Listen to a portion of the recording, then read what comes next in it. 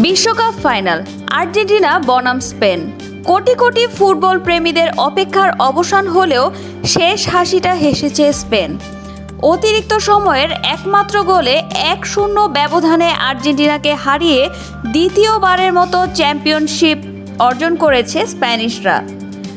ম্যাচের শুরু থেকেই বলের নিয়ন্ত্রণ ছিল স্পেনের দখলে। পুরো ম্যাচে তারা বল দখলে রাখে 65% সময়, যেখানে আর্জেন্টিনা ছিল মাত্র 35%। স্পেন ম্যাচে মোট 20টি শট নেয়, যার মধ্যে 12টি ছিল লক্ষ্যে। অন্যদিকে আর্জেন্টিনা পুরো ম্যাচে মাত্র 2টি শট নিতে পারে। আর অবাক করার বিষয় হলো, একটিও ছিল না গোলমুখে। পাসিংয়েও ছিল স্পেনের একচ্ছত্র আধিপত্য।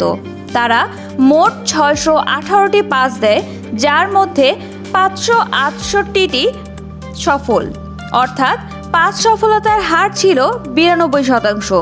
বিপরীতে আর্জেন্টিনা 340টি পাস দিয়ে সফল হয় 284টিতে, সফলতার হার 84%।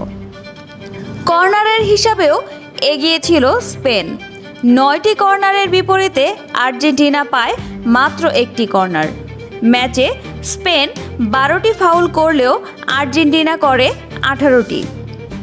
আর্জেন্টিনা 3টি হলুদ কার্ডের পাশাপাশি এনজো ফার্নান্দেজের লাল কার্ডে শেষের দিকে 10 জনের দলে পরিণত হয়। নির্ধারিত 90 মিনিটে কোনো দল গোল না করতে পারলেও অতিরিক্ত সময়ে 106তম মিনিটে নিকো উইলিয়ামসের দারুণ পাস থেকে ফেরান তোরেস জোরালো শটে বল জালে জড়ান। সেটি হয়ে যায় ম্যাচের একমাত্র গোল এবং বিশ্বকাপ নির্ধারণী মুহূর্ত। যদিও আর্জেন্টিনার গোলরক্ষক এমিলিয়ানো মার্টিনেজের একের পর এক অসাধারণ সেভ দলকে ম্যাচে রেখেছিল, শেষ পর্যন্ত স্পেনের ধারাবাহিক আক্রমণের সামনে তিনিও হার মানেন। ম্যাচের সেরা খেলোয়াড় নির্বাচিত হন রদ্রি। আর এই জয়ের মাধ্যমে দ্বিতীয়বারের মতো বিশ্বকাপ ট্রফি উঁচিয়ে ধরেন স্পেন। অন্যদিকে আর্জেন্টিনার টানা দ্বিতীয় বিশ্বকাপ জয়ের স্বপ্ন ভেঙে যায় ফাইনালের মঞ্চেই। Afsar Rahman Ahona, the Daily News Bangla.